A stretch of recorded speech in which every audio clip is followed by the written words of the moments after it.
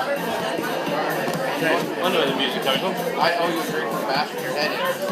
Oh, I'm good. I've got too much work I have to do this evening. Okay, I just heard you were going for a drink. I owe you one. This thing on? Excellent. Okay, let's get this all started. Oh, a bit loud now. So, good evening everybody. Thank you all for coming out. Thank you all for coming to the tournament. On behalf of Badminton Nova Scotia, we'd like to welcome you to the lovely Truro. I hope you're having a good time in Truro and enjoying the sights and sounds of it. Also, a big thank you to all the organising committee, so Jennifer and Steve Poitier and everybody who's put time and effort into making this tournament actually happen.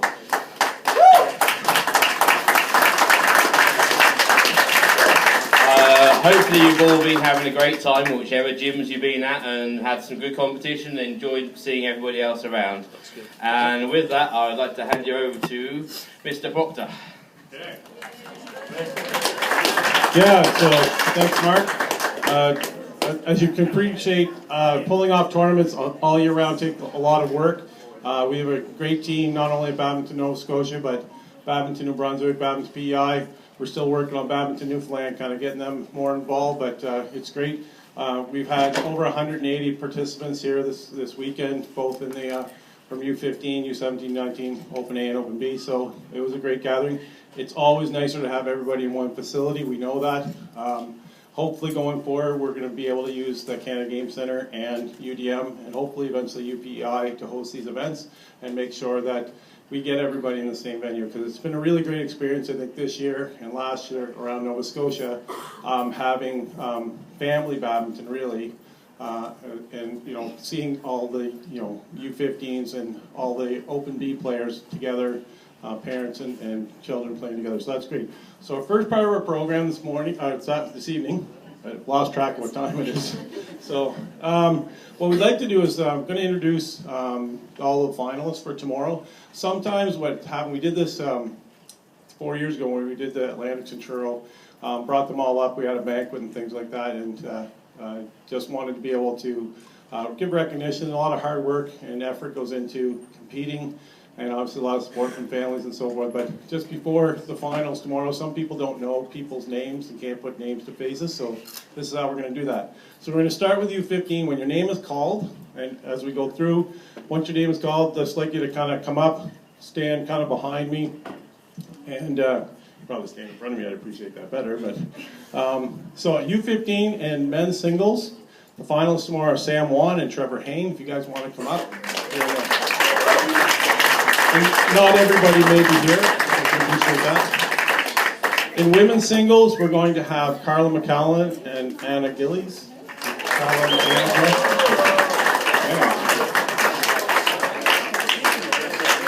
In men's doubles, we'll have Sam Wan and Alex Zhang and Thomas Ashton and Trevor Hain.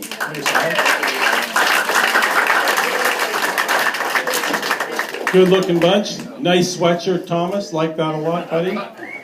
He's styling for us.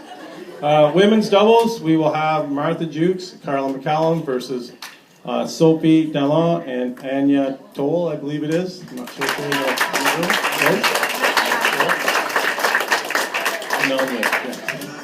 And in mixed doubles, we'll have Sam Wan and Carla McCallum and Trevor Hain and Sydney Arsenal. So we got some great athletes there in the U15 division. In U17, in men's singles, we're going to have Andrew Bailey and Hudson Johnston, if they're in the room. Andrew and Hudson. In women's singles, we'll have Sydney Arsenal, who's also here, and Fiona Purdy. I don't know if Fiona's here. Okay, good big clap for them. In men's doubles, we will have Aiden Parks and Aaron Beals. And then Aaron Ashton and Sue Kim. So Aaron and Sue, I know, are in the room. In women's doubles, we'll have Sydney Arsenal and Anna Gillies, who are also here, and Emma Jukes and Ilana Kanyasi. So if Ilana and Emma want to come up.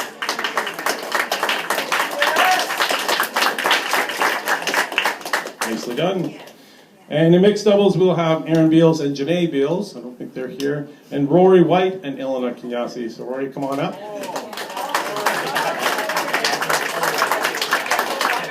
Rory's been spread all over the draw this weekend. He started in open and he found his way to U17. So good to be young, tall, and athletic, I guess. So in U19 men's singles, we have Martin Fang versus David Pan. So Martin coming up. I don't know if David's here. In women's singles, we'll have Janae Beals versus Ruin Zhu. I think she also goes by Catherine as well, but I don't know if I pronounced her name properly there, but I don't believe they're here. In men's doubles, we'll have David Pan and Jack Ronahan versus Drake Lyons and Helke Moore. Helke? Ready. Yeah, there you go, guys. Come on up. Ready, boys. How do you say your first name again? Hilka Moore. So I got that wrong. Names are important. In mixed doubles, we'll have Jack Ronham and Ruin Zhu, and Joseph Thibodeau and Mary Lou Robichaud. So I don't know if Joseph and Mary Lou are here. Okay, good looking group up here so far. We're going to make it a little more crowded. I'm going to start with Open B. Open B men's singles will be Brent Gosselin versus Danielle Briot. So Brent, congratulations on the final. Well done. Let's go. In men's doubles, oh no, I'm not going to do this better. Asiram Krishnamurthy and Lakshaman Pandyan. I'm so sorry about that. I don't know if they're here. Versus Dominic Bizot and Marc-Andre Collins. Okay, I don't think they're here. In mixed doubles, don't believe there's any women's doubles in that one actually. Mixed doubles is Ryan Lau and that's the result?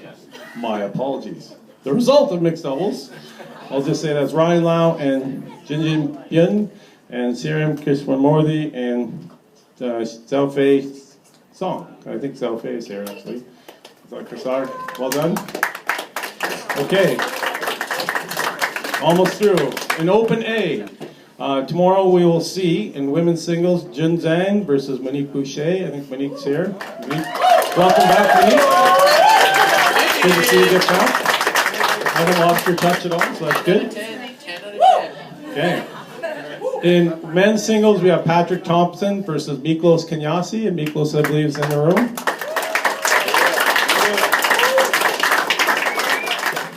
In women's doubles, we'll have Renee Hache and Shirley Thompson versus Janae Beals and Katie Liu. I don't know if any of those people are here. And in mixed doubles, we'll have Pat Thompson and Shirley Thompson versus Brandon Howland and Sarah Newman. So I think Brandon and Sarah are here. Right there. She's so thrilled to get out of her chair while she's chomping on a piece of cheese there. And in men's doubles, which was actually already played this evening due to some scheduling issues, was Elliot Beals and Spencer Armsworthy played Kevin Yan and Pat Thompson. I'll just let you know that Elliot and Spencer actually were the gold medal winners in that event. So a big cheer for our finalists tomorrow. We're looking forward to a great performance. Make sure everybody gets lots of rest and some good breakfast stuff in you. And we'll look forward to some great matches tomorrow at the Canada Games. So the finals start at 9. The Agricultural College. The finals start at 9. Gym opens around 8. Make sure you get there early to get a good seat. It's going to be a great morning. So thank you, everybody. Head back to your seats. We'll continue on the program. Thank you.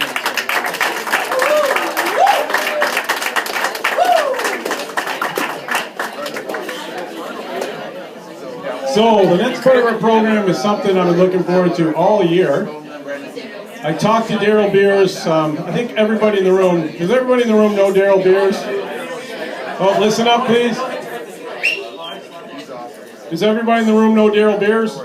If you don't know Daryl Beers, you're missing out. So make sure you come by and say hi. Daryl Beers is our guest speaker this evening. And with him actually is his family up from Moncton. It was a bit of a surprise for them. They came all the way because they didn't believe he was going to speak, I think. So they wanted to witness that. So I'll just say a few words about Daryl, and then I have a little surprise for him. He's going to hate me for this. But I talked to Daryl about becoming the guest speaker for this event. 4 years ago, we had Mike Butler say a few words at our last banquet. I think Mike obviously had a huge impact in the region, but I can honestly tell you I've been back involved in badminton for almost 4 years, a little over 4 years, and Daryl Beers has had, in the last 10 years, probably the most significant impact on badminton that I've witnessed in my lifetime. I took a little break for a while with family stuff, but I wish Daryl Beers was running badminton back when I was a junior, because I can tell you the amount of work this guy does and the class and the types of events that we are privileged to have in the Atlantic with him and his team. I know there's more than just Daryl doing stuff, but without Daryl's passion and his effort. So we have the little surprise. Could I have the surprise, please, Jennifer? One, it's a t-shirt. You get a free t-shirt. Okay. Come on over. Okay. But inside the free t-shirt is something. Okay. So, Tell me. be like that. So on behalf of Badminton, Nova Scotia, we would like to bestow on... Okay. On behalf... I'm hungry and tired. On behalf of Badminton, Nova Scotia, we have a couple of awards that we offer on an occasional basis on merit. And so what we have right now is the 2017 Badminton, Nova Scotia Service Award. And it recognizes Daryl Beers, and I'll read what it says. Because he had no idea I was going to do this to him. No idea. Trust me, no idea. No. And honestly, yeah, this is the way I had to trick him to come to this. So, yeah, could you come and say a few words? Oh, really? Yeah, man, you got to come. Anyway, it is with great appreciation that Badminton, Nova Scotia recognizes Daryl Beers with the 2017 Service Award for his significant contributions to Nova Scotia and Atlantic badminton communities. Daryl has been coaching and organizing badminton in Moncton since 2002. His instrumental leadership has resulted in the hosting of 50-plus provincial, regional, and national tournaments and camps, bringing the country's best badminton athletes to Atlantic region to showcase and enhance the development of local athletes. Daryl's passion, enthusiasm, and vision for hosting national and international badminton events has raised the profile and performance of the entire Atlantic badminton community. Daryl, thank you for your service, and we look forward to many collaborative years to come.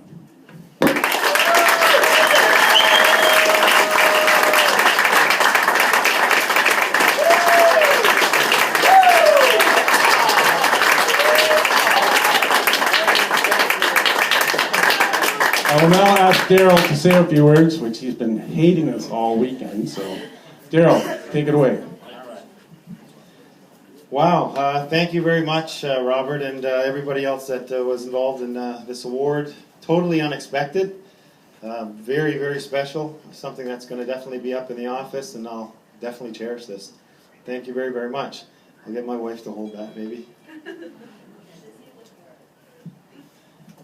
All right, so those of you that didn't know who I was that guy walking around the gym and, around most of the tournaments that you've done, and I've just been walking around and checking things out, and you probably didn't know that I was the guy behind the whole scenes.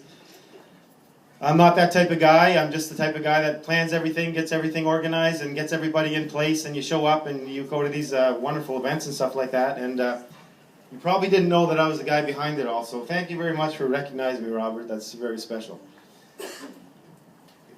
Thank you for recognizing my commitment and efforts to the incredible sport of badminton. And I prepared a little speech here, and I'm going to tell you this right now, that I did not know that I was guest speaker tonight, okay, until very, very recently, okay? So this is not something that I knew was coming, so just bear with me here, and I'm going to walk you through it, and I'm going to try not to bore you at all, okay? It won't be very long, but it's very special recognizing my commitment and efforts in this incredible sport of badminton for the past decade.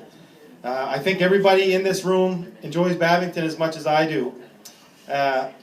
Maybe not the parents, because they're dragged along, I get it, and you guys are just, pulled into all these events and traveling and all that stuff, but that's okay. Thanks, parents, for supporting your kids and their passions, because it's very important. And I understand it's not cheap.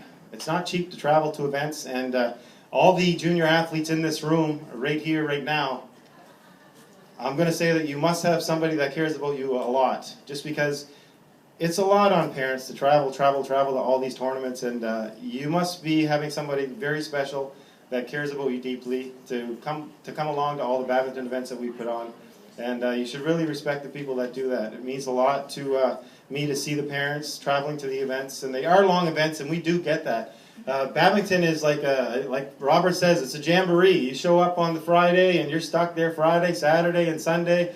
It's a big commitment, and it's a unique type of thing, and it takes a big commitment on everybody's part. So thank you very much, parents, for coming along with these junior players and being there, because without you, we wouldn't have events. So thank you very much.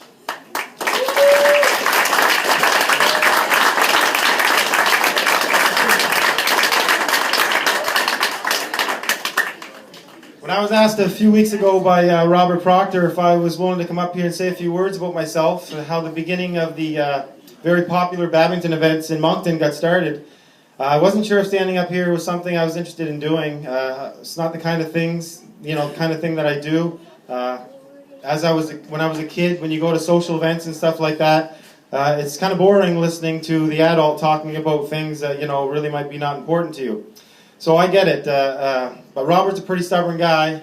I mean, persistent guy. Robert's a pretty persistent guy.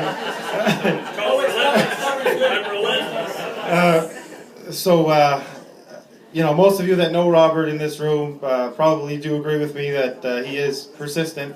And so I agreed I'd say a few words about myself and hosting. But I got to be honest here. After reading Steve Pothier's email, and Steve Pothier always puts the best emails together before an event. I mean, it's like this warm, welcoming, loving, introduction to this event, and that's something that's very special. And I always read these emails, and it's like, wow, we're going to go to something very, very beautiful here. And so I was reading through his emails, and then I got to the part where there was a guest speaker, and I was like, awesome. I said, I'm not going to be the only person up there talking. I said, so I'll have the mic for a bit, and there's going to be somebody else. The guest speaker, I don't know who he is. I didn't think it was me. So I was feeling okay about coming up here and talking, and a few seconds later, after I read the email, it sort of dawned on me. I said, I wonder if Robert thinks that I'm the guest speaker, after he'd asked me to come up and say a few words about my events. And so it became clear to me that this was probably me. So last night, I texted Robert at 10 o'clock last night, and I said, Robert, who's the guest speaker tomorrow night at the social? And his text came back in 3 words with quotation marks, you the man. So, Robert, you're a sly guy.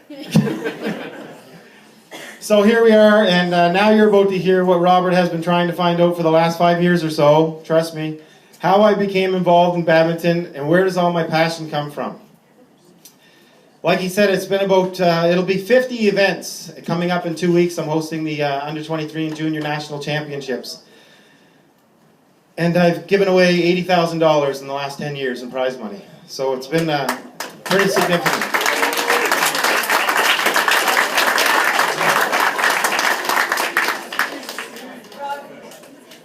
Time flies when you're having fun, guys. Time flies. I still feel like I'm 40.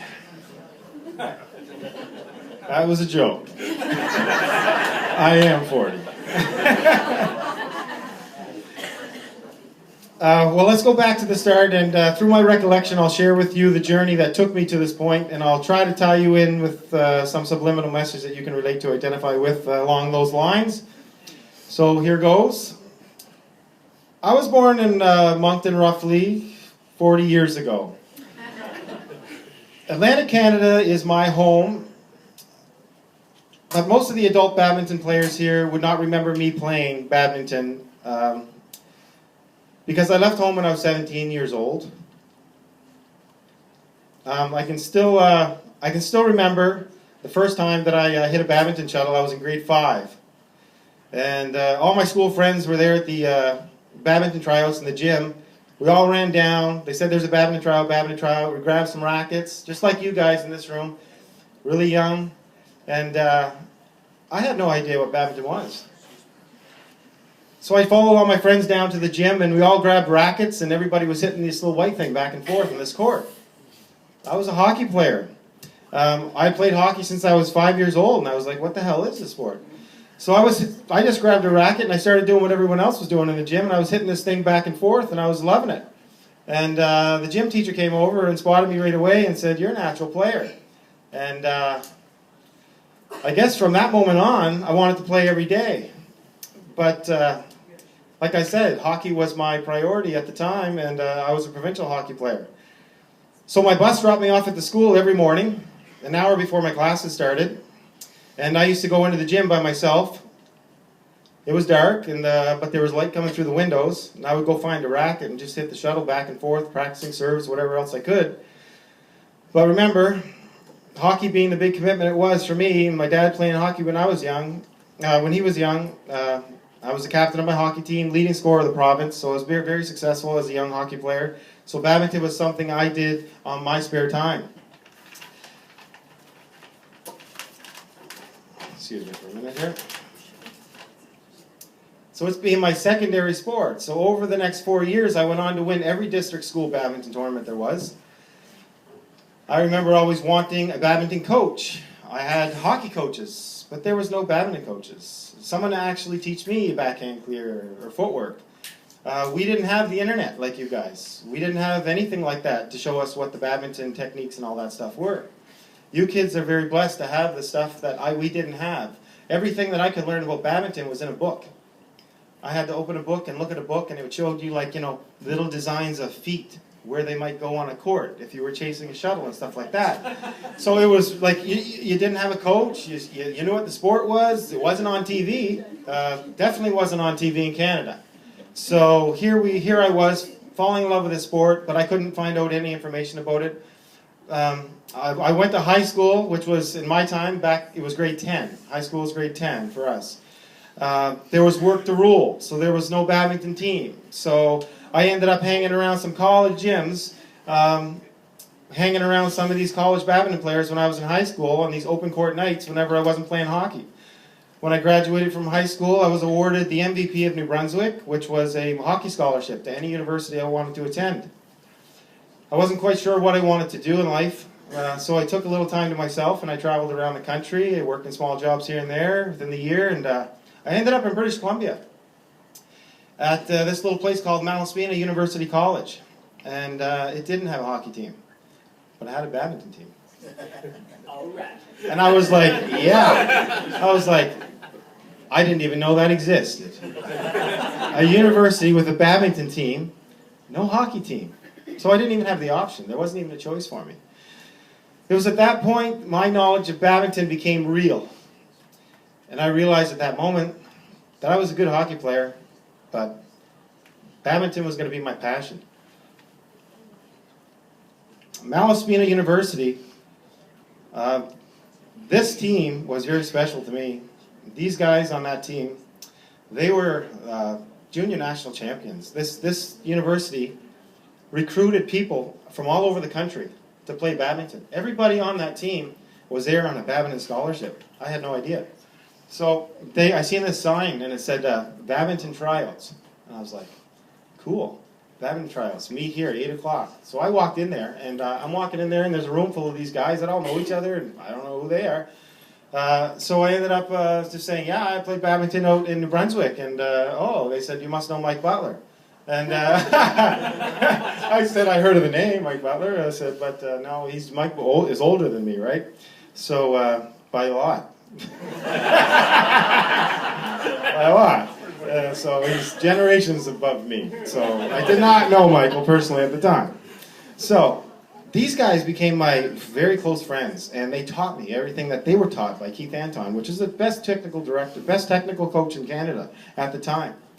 So I got to learn the best techniques of badminton, and we used to travel around, and let me tell you, university badminton, when you're playing for a university badminton team, and all you little kids here that are going to grow up, you find a university with a badminton team, and it is fun. And you travel, and you are teammates, and you play these team competitions. And I'm talking in Vancouver, where I was, in British Columbia, badminton's huge. It was huge. Badminton was all over the place. We go to university college championships. We went to the university meets every month. We would get on a little ferry.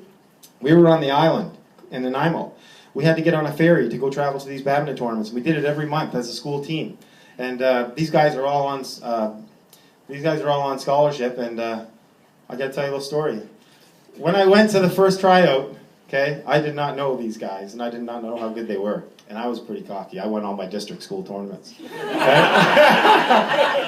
Pretty cocky guy. So I was 200 pounds, 6 feet, wicked smash. So I walk out, they all got feather shuttles. I never played feather shuttle before, but whatever. So I was like, whatever, this is gonna be all right. And this little guy, he must probably look this high, and I'm as tall as I am now, and big as I am now, and he's looking at me, I'm looking at him, and I see a bunch of these coaches on the side, and they're all like, he's from New Brunswick, he says he plays badminton. Well, why don't you have him a game, Dale? Yeah, let's go, Dale. So I walk out on the court, and this little kid here, and I'm just like, okay, let's do this. So he looks at me, he's not sure what to do. He grabs the shuttle and serves it up. He pops me up a half court serve. I was like, you little shit. I came off the floor and I hit that shuttle harder than I ever hit a shuttle in my life. It hit the floor between his legs and skidded between his legs, and he looked out the back of the court. And he looked back at me and he looked back at the coaches. And he went, okay. So, my serve. Right on. I pop one up, nice deep one, back court. This little 5-foot kid came about 4 feet off the ground. And I watched him come up, and he hit one twice as hard. And it hit the floor. And I said, oh shit. This became my best friend, Dale Griffiths. And this is the guy, he was the junior champion when he was 16 years old. Junior national champion. And I played him out the rest of that rally, and I swear to God, my t-shirt was in one corner, my shorts were in the other, my socks were in the other. I could not follow this kid and his fakes and his deception, and it was unreal. It was something I'd never seen before. I was blown away at the level of badminton that I didn't see skill ever like this, ever in the history of my badminton. So I was very excited, and it was like, this is going to be awesome. These guys took me in like family, and they taught me everything they knew. And for the next few years, I was traveling around doing national and international tournaments, all-white tournaments in Vancouver, watching amazing players. I went to this International Open, and it was $10,000 prize money. These guys were amazing. It was in the Vancouver Lawn Tennis Club. Only badminton lines on these courts, 40-foot ceilings, all the walls are green. Perfect badminton facility. Not much room for standing or seating and stuff like that, but I was watching the most amazing badminton I've ever seen in my life, and it was the fastest thing I've ever seen in my life, and I just couldn't believe it. It was so intense, and all these guys on my team were playing this tournament. I was playing this tournament. They were all making it through the first few draws, and they were 20 years old, 21 years old, on fire. And I watched this old guy showed up. And I said, who's this old guy? And they said, oh shit, look who's here. And I blew it off. And I was like, Chris Trenholm's going to kick this old guy's ass. And they laughed at me. And they said, you know who that old guy is? I said, no, that's Mike Butler. I said, yeah, he's old, and Chris is a god. He was the god of our team. He was like Mr. He can do it all. And Chris was playing Mike Butler. And I was sitting on the sidelines watching my teammate. And I said, I'll videotape it. Chris comes to me and says, here's a videotape. I said, no problem. I'm watching this game, and I'm watching this. Mike was 40-something years old. And Chris Trenholm in the prime of his life. 15-5, 15-5. What happened, Chris?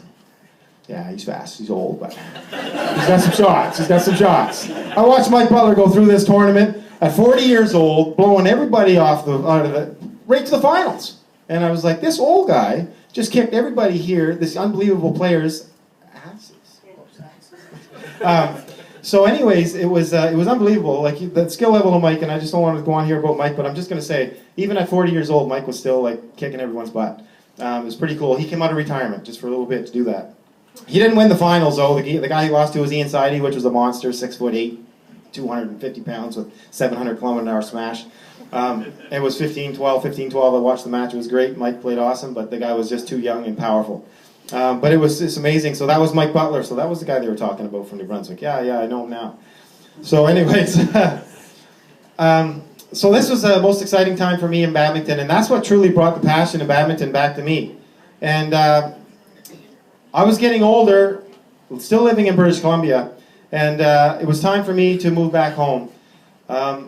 I wasn't really getting much done, my badminton stuff. I wasn't really playing much badminton, and I said it's time to go back to the family, go back to see my parents, and It's been a long time. I came back, I landed a great job right away with the federal government, and I wanted to start to give back. I wanted to start to give back like the high school and junior highs did with me. So I started coaching high school badminton right away. I wanted to teach them what I learned. So I coached badminton in high school for a year or two, and the programs are way too short. 6 weeks, 8 weeks, you can't learn anything in high school badminton. And what I was trying to deliver needed something to be more than that. These group of parents heard about me. They approached me, and they had actually rented a school, and they had a group of players that they wanted trained. So they had hired me to come and train these other kids at another school. So I accepted that, and I did that for a year while I was still working with the federal government. And I realized at that point, and maybe you remember when I was a young beginner badminton player, a place to learn and train and have a coach was something that I so desired when I was young. So I approached the city of Moncton and explained to them what I wanted to do, my passions. And it was after I finished talking to them, they were so moved that they actually kicked 2 basketball teams out of a gym to give me a badminton club. So I was very excited about that. So I started the Moncton Badminton Club, and that's how the Moncton Badminton Club got started. I only had 12 players in the beginning with the Moncton Badminton Club, and we were playing the provincial circuit. So I was just kind of learning how the circuit went for badminton out here.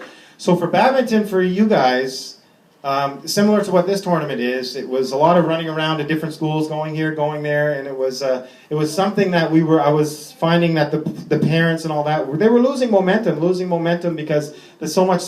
It's quite a hassle when you're traveling in 3 days at the tournament, and you got to go to this gym, you got to go to that gym, and all that stuff, and it was working on me, and my club was growing, and I started to make good contacts with the city of Moncton, and they offered me an opportunity. Hosting an event at the Moncton Coliseum. And this is where it all began. And this is what Robert was talking about. And this is when I began to change badminton for Atlantic Canada. The Moncton Coliseum was massive. It's concrete floors. It had nothing. It was big empty space. Warehouse. So what did I need to do? I needed to build a badminton facility in this Coliseum. And how was I going to do it? I would need probably 50 volunteers for 2 days to build a badminton facility here on concrete floors. How did I do it? I managed to get those click flooring and rubber, rolls of 50 foot of rubber, 10 feet wide, and click flooring. These halls were 220 feet long, and there was 3 of them, and they're 80 feet wide. We put 20 badminton courts in that facility. It took us 3 days to build it, 50 people. We rolled out rubber and clicked this little square tiles together, and we had to tape every line for badminton. There was no badminton lines. So we had tape, and we taped 20 courts together. I had 40 badminton poles, self-standing poles made, ordered 20 nets, and we began hosting the biggest events in the country right away. Where was I here? Badminton Canada, once they heard of this venue, and all the work that we've done, gave us an opportunity. They wanted to showcase the sport in a venue like this as well. So that's when it all changed for badminton in Atlantic Canada. But it took a lot of work, and it was painful. Those 3 days of setting up that venue, by the time the event started, I was dead. My knees were broken. My back was broken. My fingers were bleeding. And it's not fun to put together those courts. But we did it. We did it every time because we were passionate about it. And we did that for 5 years in a row. It was what? And I got a little quote here. What's not to love about badminton? It's worth it to me. This is the fastest racket sport in the world. One-on-one, two-on-two extreme racket sport, foot speed competition, incredible almost perfect precision at extremely high pace, cat-like reflexes, 250 to 350 km/h smashes. Maybe not in Atlantic Canada yet, but eventually. Hairpin net shots, diving, bending backwards, forwards, twisting, dodging, running full speed, stopping immediately, running backwards now, doing this for 30 to 60 minutes. What's not to love about that sport, guys? That's pretty awesome, okay? This is awesome.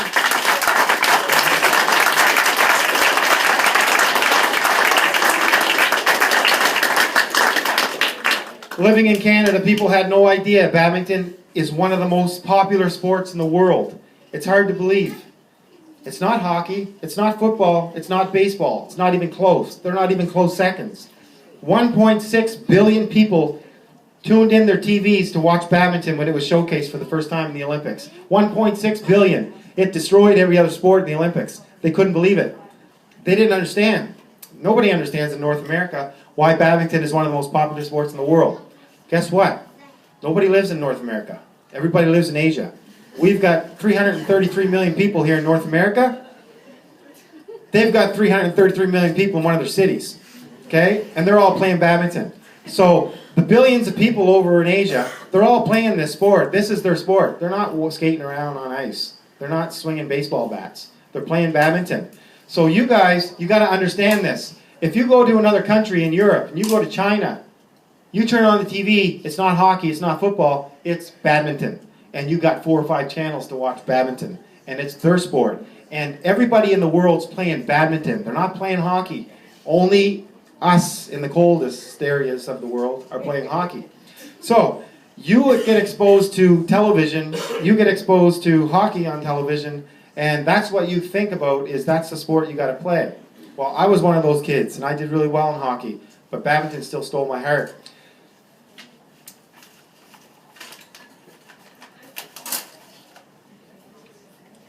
So these events that I was building, I was trying to give badminton a profile it deserves. And it's not getting it here in Canada or in North America. When we built these huge Badminton Paradise venues and put all the work into tracking down sponsors, team of volunteers, the country responded. My events brought the entire nation of badminton players here and professional badminton players from 20 countries as well here in the little East Coast city of Moncton, New Brunswick. I had successfully done it. This lasted for about 5 years. I couldn't believe it. The first International Badminton World Federation tournament that I ever hosted, 20 countries showed up. Iran showed up. Israel showed up. Trinidad showed up. Brazil showed up. Mexico showed up. United States showed up. I'm watching, and you have to wear your country's name on your shirt. And it's impressive when you're hosting an international 7-day event, 20 countries show up, and you see Iran versus Israel on your court, and you're watching, you're saying, these guys hate each other. But these two really are gentlemen on the court. But their countries may not be liking each other, but guess what? Here on the court, they're true gentlemen. And sportsmanship does that. And you bring together a lot of countries, and that's what sports does. And people get to play off against each other. It's great. And I was very proud of myself when I pulled that event off. And that was a $15,000 prize money event. And that's money that we raised here in the city to put that event on. And it's never been done anything like that in the history of Atlantic Canada. So that was a huge, huge event for me. And I'm very proud of that one. And I hope that one day I can offer you guys that opportunity to go to an international tournament. But the venue jacked up the prices. There was a shift change at the city of Moncton, and the person that was my support in the city of Moncton was gone. She had left. And at that moment, I thought it was over. They wanted $5,000 a day per venue, $15,000 a day for the Coliseum for me to run my badminton events. So I would have had to pay $45,000 to put on a badminton event in Atlantic Canada. I thought it was over. I said, this is it. I said, they just pulled the plug. And it's amazing and it's funny how one person can affect that change. One person said, guess what? It's $45,000 for you to put on a badminton event now. After everything we had built, after all the work we had done, after everything we had done, building 50 people going there, building these courts, buying all that rubber, buying all those poles and all that stuff. Kaput, gone. I thought it was over. I wanted to keep the hype built. The hype that I built going, but things would need to change. I had to regroup my thoughts, so I left the national event scene for a year and started the East Coast Open. An event that would bring all Atlantic Canada, Quebec, and Ontario together. I knew the costs are high at universities, and that's where I switched to East Coast Open, so the prize money would take a dive. But with the help of Badminton New Brunswick, we were able to keep our momentum going forward in the sport with this big venue idea, where we could bring everybody under one roof. The big show our sport deserves. Once we established a successful first East Coast Open, we turned back to the national scene, and we were ready to invite the country again. And now for the second year in a row, I'm hosting the Under-23 and Junior National Championships, and this one is going to be the best tournament in the history of my hosting career. I guarantee you, anyone that comes to the Under-23 and Junior National Championships this year, it is going to be unbelievable.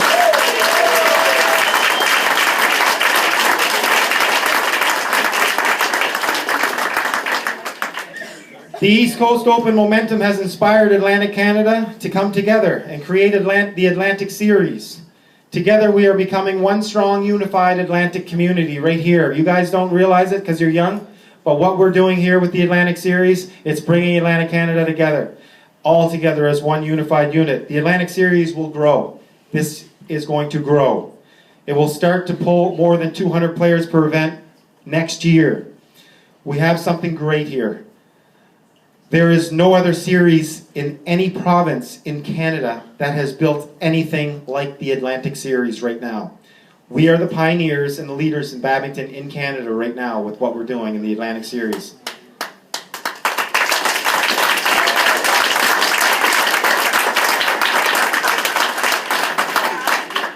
We need more people who know how to pull up their sleeves and get to work and save our sport. You know, when you show up to events early and you walk into one of the big events and we're preparing the floors and all that stuff, you realize how few we really are. You may walk into an event and ask for the executive director, and you'll say, oh, he's over there rolling up the courts, or rolling out the courts. Where's the director of the tournament? He's over there rolling out some carpet. Where's the president? He's hanging signs over there. Where's the umpires? Actually, they're having coffee. They told us to text them. When it's all done, they'll be here, they said. Totally kidding. The umpires have long days, so they're there from morning till night, and just had to throw that one in there. Anyways, there's not as many people anymore that are helping out, and we need more help. Parents with skills, or maybe you won the lotto or something, you're super wealthy. You can help with the budgets, because we don't have big budgets and stuff like that. It's important that we can all do what we can do. Players also need to give back. You guys that are in the Atlantic Series and all that stuff right now, you need to help out.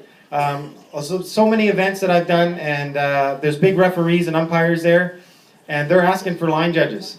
And you want to get a group of kids to run the opposite direction, is you say, we need some line judges. Where'd everybody go? Yeah, they're upstairs in the farthest corridor playing badminton in the hallway. Line judging, guys, for the kids. Nobody knows the sport like you kids. Nobody's got eyes like you guys. You don't want me to line judge your game. I was asked to do that at one of my national events, and I couldn't get kids to line judge. And I swear to God, I walked out there, the first shuttle, and this was a national tournament. These guys were hitting massive, massive smashes. And I'm standing at one end, and there's someone else standing at the other end. And the smash was so hard and powerful, I've watched the whole thing, and I still didn't see where it hit the floor. And they looked at me for the call. And for those of you who know line judging, I did this. And amazingly enough, both players looked at each other and said, "Reserve, reserve, reserve." And I was like, and the other guy looking at the other corner was looking at me going, "You don't want me to line judge." Okay? When we are running huge events, referees and umpires, they're stressed out, I am stressed out, and we need line judges. We're not going to bring in the Chinese national line judge team. There's no way we can do this, okay? We need the help of the kids with the eyes, the good eyes, the 12, 14, 16, 18-year-old eyes that are not burnt by the sun or old age. You guys see the shots clearly. You understand the rules. You know when the service is in doubles. You know the whole game, so you're perfect for that role. And you've got to start feeling like you're part of those events, and we need your help. So when we ask for line judges, please do not run the other way. It's very annoying that we always get stuck with parents that really can't see doing lines on courts.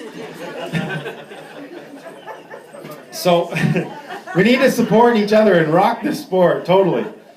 By example, we need to lead. I know we can do it together, and I'd like to say a special thanks to all those people that have given their time and support to this sport. I've had some special parents and volunteers along the way that gave their time. And I've had Robert's kids, Eric, Renee, Courtney McDonald, Stephanie Tompkins, Harry Kutaras, Mikolos Kanyasi, Rory White help me with big event setup and teardowns. These guys step up to the plate in the middle of their tournaments. I was a little concerned with Mikolos Kanyasi, and I said, Mikolos, this stuff weighs 220 pounds. I said, you still got to play the semifinals and finals. He's like, yeah, don't worry about it. I can do it, man. I can do it. So here we are. We're setting up for the big junior national championships, and Mikolos and Rory and all those guys are playing the Atlantic championships like across the hall. So on their breaks, they're coming over and setting up with us. And these guys, that's the type of stuff we need. We need guys that can say, hey, you know what? I don't play for a bit. I'm coming over. I'm helping out. Daryl needs some help. Great. That's the kind of stuff we need. Also, I got some parents like Réjean and Andre Richard that they're always there when they want to do setups and stuff like that. These parents and stuff like that, it can't be done on the shoulders of a couple people because we're getting worn, we're getting old, and we really need the help. Badminton's a very, very, very long process for setting up big events and stuff like that, and every little bit helps, so please come out and help. I got to say special thanks to people like Guylaine Lagacé. Guylaine Lagacé has made my life easy. This girl is so organized, and she can answer any question that I got in tournament software and make shit happen. Stuff happen, sorry. Stéphane Boucher stepped up to the plate, made me some websites, made Badminton New Brunswick websites. He's a parent. He just volunteered. He did that for us. Awesome guy, incredible guy. Made the database for Badminton New Brunswick. His talents, him as a parent, that's what he does. He stepped up to the plate and says, you guys need a better website. And I said, yes, we do. And you're hired. And he says, I'm the man for the job. And I said, yes, you are. You're hired. So he did it, and he did a fantastic job. I got two parents right now, Dale and Carla Donovan, and they're sitting right over here. These guys, you're going to appreciate them if you're going to the Under-23 and Junior National Championships. Because these guys, for you, are putting scoreboards on every court, and every name of every player on every court for the entire Under-23 and Junior National Championships will have their score live scored because of Dale and Carla. Thank you very much.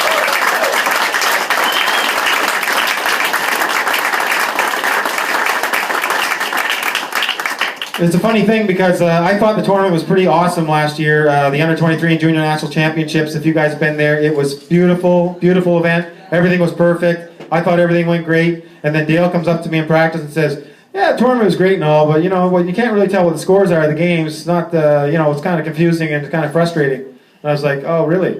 And he says, so I'm thinking, okay, what's this guy? He's complaining about this awesome event that I just thought I had. And he says, yeah, it'd be nice to have scoreboards. And I said, oh, that's great. I said, why don't you handle that? And he says, well, it shouldn't be too hard. And I said, you're hired. And from that moment, Dale has stepped up to the plate. And you've seen us practicing with all this stuff. So thank you very much, Dale and Carla, for doing that.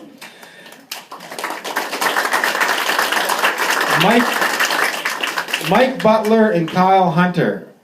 These guys have totally been there for every event that I'm doing. These guys will not leave until everything is clean. You guys don't know that about probably Kyle Hunter. You've seen him at all my events, running all the draw desks and stuff like that, setting up all my events, tearing down all my events. These guys I need to mention because I'm telling you right now, they will not go home until everything is done. Mike Butler follows me to my house, opens my garage, and unloads my van and makes sure that my van is emptied out, vent's done, and off he goes to St. John. So big thank you to those guys, and I was kind of thinking about that actually, and Mike Butler, Kyle Hunter, and myself, what we have in common. Kyle's been, 5-time national champion, ranked 26 in the world men's doubles. Mike Butler has been 17-time national champion, Triple Crown. He's been probably top 30 in the world, men's singles, 4th in mixed doubles at the Olympics. And myself, the three of us, we all pick up garbage at the East Coast Open. So we all got something in common, okay? We're the garbage collectors. I kind of brought them down a level there. But Those are the three guys that pick up all your garbage at the East Coast Open. And you know why we pick up the garbage for you guys at the East Coast Open when we say do not leave the garbage up in the seats? Because the university told me, if there's any garbage in those seats after the event's over, we charge you double for the event. Double for the event, which means that registration fees would be $160. So when we're picking up garbage up there, those are the leaders. The leaders are not afraid to pick up garbage in front of other people. When Mike Butler, 17-time national champion, Kyle Hunter, 5-time national champion, both world-ranked players in the top 20 in the world, and myself, the tournament director, are walking around with garbage bags, cleaning up, and people are lifting their feet while we're picking garbage up from under them. That's confidence. You need confidence to do that. And any of you kids, do you want to walk tall? You grab a garbage bag and you clean up under somebody's feet the garbage at an event, you're a leader. You're not going to succumb to peer pressure. You're going to do what you know is right. Let's remember that at the next East Coast Open.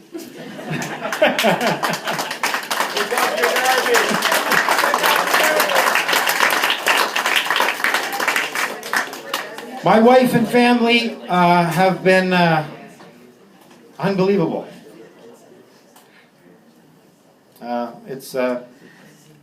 You got to be pretty tolerant. That's all I got to say about that. Thank you very much. Thank you very much.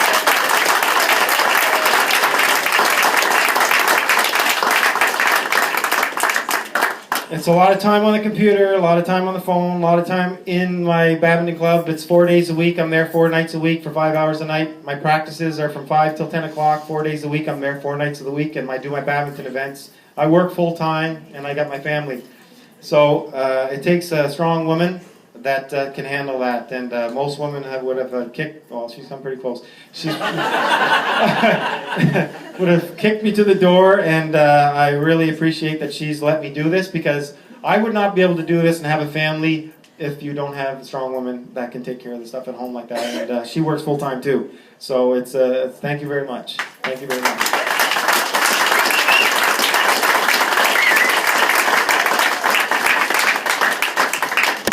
So these are all the people that make a big difference in my life, and just like yours, coaches, just like your coaches are there for all of you. And thank you, coaches, for the tremendous time that you give to this sport, because without the coaches, you kids, you would have been like me, in the gym by yourself, hitting shuttles, not knowing what to do. Coaches are leading you, they're taking their time, they're there.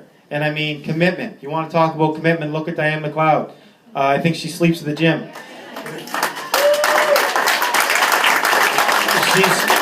Diane's been doing this for, I think, about 35 years. I don't know, maybe longer. 150. Yeah, 150.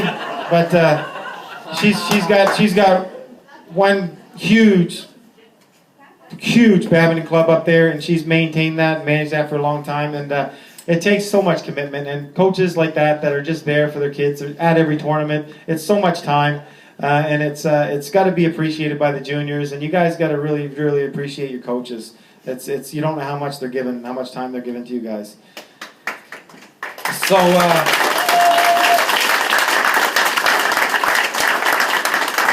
so there you have it, Robert. You know my story, okay, buddy? You got it in front of me. Thank you again, Robert, Mark Briscom, Jennifer Petrie, Steve Pothier, and anyone else who's helping put this event on together. And I hope everybody enjoys their evening, and I hope it didn't take too long, guys.